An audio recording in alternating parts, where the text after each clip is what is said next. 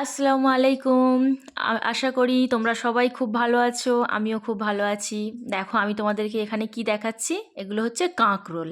আশা করি এগুলো তোমরা সবাই জানো যে এগুলোকে কী বলে। তাও আমি তোমাদেরকে একটু দেখিয়ে দিলাম, যেহেতু আমি কাঁকরোল দিয়েই আজকে তোমাদের একটা খুব মজার রেসিপি দেখাবো। তাহলে চলো কাঁকরোলটাকে আমি প্রথমে কেটে নিই। দেখো কাঁকরোলকে আমি কেটে নিয়েছি। তারপরে আমি কাঁকরোলের জন্য যে মশলাগুলো আমি সব রেডি করব সেগুলো আমি তোমাদেরকে দেখিয়ে দিচ্ছি। ওখানে আমি শিলে একটা কাঁচা লঙ্কা নিয়েছি, 1 চামচ পোস্ত আর 1 চামচ সরিষা নিয়েছি। আমি ওখানে কালো সরিষা নিয়েছি, তোমাদের যে সরিষাগুলোই আছে সাদা তোমরা সেটা দিয়েই করবে। আমি কিন্তু এগুলো সব শিলে বেটে নেব মশলাগুলো। এবার আমি পেঁয়াজটাও বেটে নেব। দেখো আমার সব বাটা হয়ে গেছে। এবার আমি কাঁকরোলের মধ্যে থেকে যে দানাগুলো সেগুলো আমি সব একটা চামচ নিয়ে, চামচের যে পেছনটা আছে সেটা দিয়ে আমি সব বের করে নেব। এরকমভাবে আমি সব দানাগুলো একে একে বের করে নেব। এবার আমি একটা কড়াই বসিয়ে দিয়ে তার মধ্যে আমি একটু অল্প জল দিয়েছি, দিয়ে একটু নুন দিয়েছি। ওর মধ্যেই আমি যে কাঁকরোলগুলোকে সব দেখালাম পরিষ্কার করে রেখেছি, ভিতর থেকে সব দানাগুলো তো বের করে নিয়েছি, ওগুলো আমি একটু অল্প ভাপিয়ে নেব। বেশি কিন্তু সিদ্ধ করলে হবে না, যেহেতু এটা দিয়ে আমি এখন পুরো রান্নাটা বাকি আছে আমার, সবে এটাকে আমি একটু ভাবিয়ে নিচ্ছি। এবার আমি ওগুলোকে সব একটা পাত্রে তুলে নেব। দেখো আমি কেমন ভাপিয়েছি তোমরা নিশ্চয়ই বুঝতেই পারছো। আমার এবার ওটা তো সব তোলা হয়ে গেছে। এখানে আমি একটা পাত্র নিয়েছি। এবার আমি ওখানে মাছের ডিম নিয়েছি। এই মাছের ডিমটার মধ্যে আমি এবার অল্প নুন, এটা কিন্তু পরিমাণ মতনই তোমরা দিয়ে দেবে, হলুদের গুঁড়া, লঙ্কার গুঁড়া, ধনিয়া গুঁড়া, এবার আমি দিচ্ছি ওর মধ্যে জিরা গুঁড়া আর অল্প পরিমাণে গোলমরিচের গুঁড়া দিয়ে আমি যে কেটে রাখা পেঁয়াজগুলো সেগুলো আমি সব ওর মধ্যে দিয়ে, এবার ধনে পাতা, ওখানে রসুন কুচিয়ে রেখেছি, কাঁচা লঙ্কা কোচানো, এগুলো সব আমি ওর মধ্যে দিয়ে ভালো করে আমি হাত দিয়ে মাখিয়ে নেব। দেখো আমি এবার হাত দিয়ে ওগুলো ভালো করে মাখিয়ে নিয়েছি। এবার আমি ওর মধ্যে 1 টেবিল চামচ আদা রসুন বাটা দিয়ে দিয়েছি। এবার আমি ওর মধ্যে 2 টেবিল চামচ বেসন দিলাম, দিয়ে ওটাকে ভালো করে মাখিয়ে নিয়ে আমি রেখে দিয়েছি। এবার আমি একটা বেসনের গোলা করে নেব। এখানে আমি বেসন নিয়ে নিয়েছি 3 টেবিল চামচ। এবার ওর মধ্যে অল্প নুন, অল্প একটু হলুদের গুঁড়া, অল্প একটু লঙ্কার গুঁড়া দিয়ে ওটাকে আমি ভালো করে মাখিয়ে নিয়ে ওর মধ্যে পরিমাণ মতো তোমরা জল অ্যাড করে দেবে। গোলাটা কিন্তু যে বেসনের যে আমি গোলাটা করব সেটা কিন্তু পাতলা হবে না, একদম মানে একটু মোটা মতো হবে সেরকম, মানে পাতলা করবে না। পাতলা করলে তাহলে তোমরা আর এই যে কাঁকরোলের যে আমি পুরটা দিয়ে বেসনটা দেবো সেটা কিন্তু আর দিতে পারবে না, ভালোই হবে না। এবার আমি ওই যে সিদ্ধ করা কাঁকরোলের উপর যে মাছের ডিম দিয়ে যেটা আমি তৈরি করে রেখেছিলাম সেটাই আমি এবার ওর মধ্যে দিয়ে, এবার আমি দেখো সব কি সুন্দর করে ওর মধ্যে এরকমভাবে কিন্তু তোমরা দিয়ে নেবে।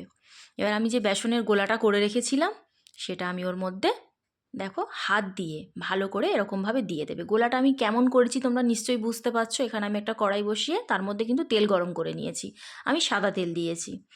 এবার ওর মধ্যে ওরকমভাবে নিয়ে একটা একটা করে আমি সব গরম তেলের মধ্যে দিয়ে, দেখো আমি সবগুলো কিন্তু রেডি করে নিয়েছি। এরকমভাবে সবগুলো রেডি করে নেবে, নিয়ে এরকমভাবে লাল লাল করে ভেজে নিয়ে আমি একটা পাত্রে সব তুলে নিচ্ছি। আমি সবগুলো এবার একে একে এর মধ্যে তুলে নেব। নিয়ে ওখানে ওই কড়াইয়ের মধ্যেই যে তেল ছিল তার মধ্যে আমি অল্প পরিমাণে আরেকটু তেল দিয়েছি, দিয়ে আমি ওর মধ্যে 3টে এলাচ, একটা দারুচিনি দিয়ে আমি যে শিলে যে পেঁয়াজ বেটে রেখেছিলাম সেটা তো আমি তোমাদেরকে প্রথমে দেখিয়েছি, সেই বাটা পেঁয়াজটাই আমি ওর মধ্যে দিয়ে দিয়েছি। টমেটোও বেটে রেখেছিলাম সেটাও আমি দিয়ে দিয়েছি। দিয়ে আমি ওটাকে ভালো করে নাড়িয়ে একটু কষিয়ে নিচ্ছি। নিয়ে এবার ওর মধ্যে আমি 1 টেবিল চামচ আদা রসুন বাটা দিলাম। আদা রসুন বাটা দিয়ে আমি একটু কষিয়ে নিলাম। আর যেটা তোমাদের দেখিয়েছিলাম সর্ষে আর পোস্ত, এটা আর কাঁচা লঙ্কা দিয়ে আমি বেটে রেখেছিলাম সেটাও আমি ওর মধ্যে পরিমাণ মতন দিয়েছি। তোমাদেরও যেমন পরিমাণ লাগবে সেরকমই দিয়ে দেবে। এবার আমি ওর মধ্যে মশলাগুলো দিয়ে দেবো। একটু হলুদের গুঁড়া দিয়েছি, 1/2 টেবিল চামচই দিয়েছি, লঙ্কার গুঁড়াও দিয়ে দিলাম।